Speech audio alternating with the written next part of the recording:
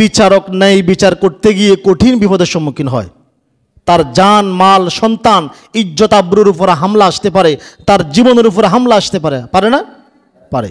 আবার কখনো কখনো বিচারককেই নিজের বিরুদ্ধেই রায় দিতে হয়, কারণ বিচারের পাল্লায় সবাই সমান। সেই মেথর কুলি থেকে শুরু করে রাস্তার রিক্সা চালক থেকে শুরু করে রাষ্ট্রের প্রেসিডেন্ট, সবাইকে আদালতের কাঠগড়ায় সবাই সমান।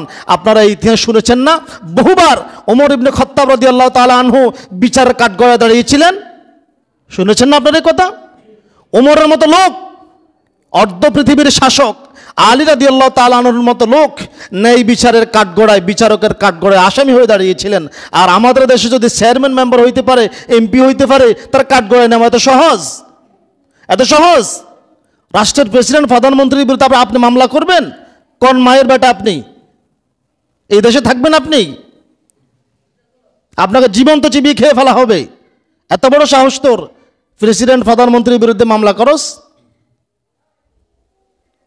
অথচ খলিফাতুল মুসলিমিনের ইতিহাস দেখেন, ওমর রাদিয়াল্লাহু তাআলা একবার দুইবার নয়, বেশ কয়েকবার কাঠগড়ায় দাঁড়িয়েছেন আসামি হয়ে। দাঁড়িয়েছেন না? আলী রাদিয়াল্লাহু তাআলা দাঁড়িয়েছেন। ওই যে একটা বর্মের ঘটনা মনে আছে আপনাদের? বিচারের কাঠগড়ায় দাঁড়িয়েছিলেন। আর আমি আপনি? আয় হায়! ন্যায় বিচারক পৃথিবীবাসীর জন্য আল্লাহর পক্ষ থেকে বড় রহমত স্বরূপ। কেননা ইসলাম প্রতিষ্ঠিত হয়েছে ন্যায় বিচারের উপরে ভিত্তি করে। কিসের উপরে ভিত্তি করে? ন্যায় বিচারের উপরে ভিত্তি করে। ন্যায় বিচার যেখানে যতদিন ছিল ইসলাম ততদিন সেখানে থাকবে। ন্যায় বিচার নাই, ইসলাম সেখান থেকে বিদায় নেবে। ইসলাম শব্দের অর্থ কি? আত্মসমর্পণ করা। কার নিকট? আল্লাহর নিকট। আর আল্লাহর নিকট আত্মসমর্পণ করলেই ইসলামের আরেক অর্থ হচ্ছে শান্তি। আরেক অর্থ হচ্ছে কি? তাহলে আপনি শান্তি পাবেন। এখন ন্যায় বিচার যেখানে নাই সেখানে শান্তি থাকে? কথা বলেন। যেখানে ন্যায় বিচার নাই সেখানে শান্তি থাকে? কাল্লা, কখনো নয়। ন্যায় বিচার প্রতিষ্ঠার মাধ্যমে ইসলাম প্রতিষ্ঠিত করা সম্ভব। বর্তমান বিশ্বে ইসলাম পরাজিত শক্তি। কেমন শক্তি? পরাজিত শক্তি। কেন আমরা পরাজিত শক্তি? কারণ সবার পূর্বে মুসলমান, সবার পূর্বে যেটা হারিয়েছে সেটা হচ্ছে ন্যায় বিচার, ন্যায় নীতি।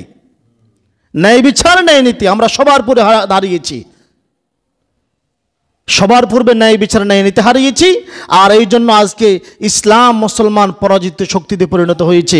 আল্লাহ তাআলা কোরআনুল কারিমে বলতেছেন, সূরা নিসা আয়াত নং 58, আল্লাহ তাআলা বলেন, ইন্নাল্লাহা ইয়া'মুরুকুম আন তুআদ্দুল আমানাতু ইলা আহলিহা, নিশ্চয়ই আল্লাহ তোমাদেরকে আদেশ দিচ্ছেন আমানত সমূহ তাদের হকদারদের নিকট যথাযথভাবে পৌঁছিয়ে দেওয়া। আয়াতের শুরুতে আল্লাহ বলতেছেন আমানত সমূহ তাদের হকদারদের নিকট যথাযথভাবে পৌঁছিয়ে দেওয়া আল্লাহ আদেশ দিচ্ছেন। এরপর আল্লাহ তাআলা বলেন, ওয়াইদা হাকামতুম বাইনান নাস আন তাহকুমু বিল আদলি, আর যখন মানুষের মাঝে বিচার ফায়সালা করবে তখন ন্যায় ভিত্তিক ফায়সালা করে দিবে। আল্লাহু আকবার। আল্লাহ প্রথমে বলতেছেন আমানতগুলি যথাযথ পৌঁছাই দাও, কারণ আমানত রক্ষা করাটাও একটা বড় বিচারের অংশ। কিসের অংশ? আপনার কাছে আপনার বোনের অংশ আমানত। যদি সেটা না বুঝাই দেন আপনি ন্যায় বিচারক হতে পারবেন না। যেই লোকটা বোনের হক মারি খাইলো, ভাইয়ের হক মারি খাইলো, যেই লোকটা নিজের সন্তানকে সত্য সঠিক পথ দেখাইতে পারলো না, যেই পিতা তার সন্তান মাদক আসক্ত হয়ে গেল, বিভিন্ন অপরাধ কর্মে লিপ্ত হয়ে গেল, সেই পিতাকে যদি রাষ্ট্রের সমাজের বিচারালয়ের বিচারক বানিয়ে দেওয়া হয়, সে কি ন্যায় বিচার করবে? সে ঘরে তো অন্যায় বিচার করলো। কথা বলেন না? সে ঘরে তো অন্যায় বিচার করলো, সে রাষ্ট্রের সমাজে কিভাবে ন্যায় বিচার প্রতিষ্ঠিত করবে? আল্লাহ তাআলা এই কথাই বলতেছেন এগুলা হচ্ছে আমানত। এগুলা কি? আমানত। আর তোমরা মানুষের মাঝে যখন বিচার ফায়সালা করবে ন্যায় ভিত্তিকভাবে ফায়সালা করে দিও। ন্যায় ভিত্তিকভাবে, কারোর উপর যাতে জুলুম না হয়। কারণ এই তুমি যে তোমার কাছে বিচারের দায়িত্ব আছে, এটা একটা আমানত। এই আমানতের খেয়ানত করা যাবে না। যথাযথ বিচার করবে, সবার হক যথাযথ আদায় করবে। ন্যায় বিচার মানে কি? যে যেটা পাওয়ার অধিকার রাখে তাকে সেটা দেওয়া হচ্ছে ন্যায় বিচার। ন্যায় বিচার বলতে আমরা কি বুঝি? আমার পক্ষে রায় আসা, রায়টা আমার পক্ষে দেওয়া? কাল্লা। ন্যায় বিচার হচ্ছে যে যেটা পাওয়ার হকদার, দাবিদার, সঠিক হকদার, তাকে সেটা দিয়ে দেওয়াটাই হচ্ছে কি? ন্যায় বিচার। এই জন্য আল্লাহ আগে আমানতের কথা বলেছেন। ন্যায় বিচার প্রতিষ্ঠার মাধ্যমে সমাজ হবে উত্তম সমাজ, জীবন হবে সুন্দর জীবন। আপনি ইতিহাস পড়েন, আমি ইতিহাসের ছাত্র। সপ্তদশ শতাব্দী পর্যন্ত ইসলাম যতগুলি দেশে প্রবেশ করেছে, প্রত্যেকটা দেশে প্রবেশের পরে ইসলামী দাওয়ার মূল কাজ ছিল ন্যায় প্রতিষ্ঠা করা। কি প্রতিষ্ঠা করা?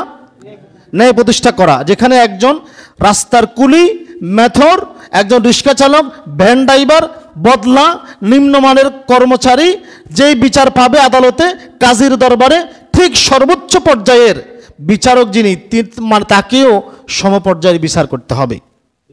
আপনারা ইতিহাস পড়েন, ভারতের সম্রাট আওরঙ্গজেব বেশ কয়েকবার কাঠগড়ায় দাঁড়িয়েছিলেন, খলিফা হারুনুর রশিদ গোপনে একবার বাগদাদ থেকে সিরিয়ায় গেলেন, গোপনে। ওই সময় তার মিডিয়া ছিল না। এখন না প্রধানমন্ত্রী, প্রেসিডেন্ট কি তরকারি দিয়ে ভাত খাইছে, কোথায় হাঁটছে, কোন গাড়িতে ছুটছে, এগুলা ভিডিও ফুটেজ আসে। ওই সময় তার কেউ চিনতো না কে খলিফা হারুনুর রশিদ একবার গোপনে বাগদাদ থেকে সিরিয়ায় গেলেন ছদ্মবেশে। গিয়া বিচারকের সাথে কথা বলে বিচারকের আসনে বসলেন। এখানে একজন মহিলা অভিযোগ নিয়ে আসলো, সে ক্ষুধার্ত, সে দীর্ঘদিন যাবৎ ক্ষুধার্ত। রাষ্ট্র তার প্রতি ন্যায় বিচার করে নাই, রাষ্ট্র তার প্রতি কি করে নাই? ন্যায় বিচার করে নাই। সে যথাযথ ভাতাপ্রাপ্ত হয় নাই, এই জন্য সেই খলিফার বিরুদ্ধে কাজীর দরবারে বিচার দিয়েছেন। এখন বিচারকও কে? খলিফা। বিচারকও কে? হারুনুর রশিদ। যেহেতু উনি রাষ্ট্রের শাসক, উনি যে কোনো সময় বিচারকের আসনেও বসতে পারে। কাজীর দরবারে বসলেন, উনি নিজে রায় দিলেন, যারা এই কাজের দায়িত্বে প্রাপ্ত ছিল সকলকে 40টা করে বেত্রাঘাত করা হবে এবং রাষ্ট্রের প্রধানকে 40টা বেত্রাঘাত করা হবে। এটা হচ্ছে নিজের বিরুদ্ধে নিজের রায় দেওয়া। খলিফা হারুনুর রশিদ অতঃপর নিজের পরিচয় দিলেন, নিজের হাতে নিজে বেত্রাঘাত নিলেন। এমন শাসক আসবে এখন? এমন ন্যায় বিচারক আসবে? এটা হচ্ছে ন্যায় বিচারক। এটাকেই বলা হয় ন্যায় বিচারক। ন্যায় বিচার শুধু গরিবের জন্য ন্যায় বিচার, বড় লোকের জন্য? আপনারা বলেন তো, অনেকেও মামলা মোকদ্দমা আদালতে ঘুরতেছেন, বিভিন্ন মামলা নিয়ে, জায়গা জমিন মারামারি, বিভিন্ন মামলা নিয়ে ঘুরতেছেন না? কয়জন ন্যায় বিচার পেয়েছেন বলেন? এক একটা মিথ্যা মামলা বছরের পর বছর আদালতে ঘুরে। কেন? ইসলামিক আইন হচ্ছে, মামলা হয়েছে, অভিযোগ উত্থাপন হয়েছে, সর্বোচ্চ 1 মাসের ভিতরে এই মামলার রায় দিতে হবে, দেরি করা যাবে না। 1 মাসের ভিতরে তার রায় দিতে হবে। বছরের পর বছর তদন্ত করতে 3 বছর লাগে যায়। কথা বলেন না? বাংলাদেশে একটা হত্যাকাণ্ড হয়েছিল, সাগর রনি হত্যাকাণ্ড, সাংবাদিক, জানেন তো আপনারা? আজকে এত বছর এখনো অভিযোগও ঠিক করে দেয় নাই, এখনো শুধু তদন্তই চলে। আজকে 10-12 বছর শুধু তদন্তই চলে। অভিযোগ কবে দিবে, বিচার কবে হবে আল্লাহ জানে।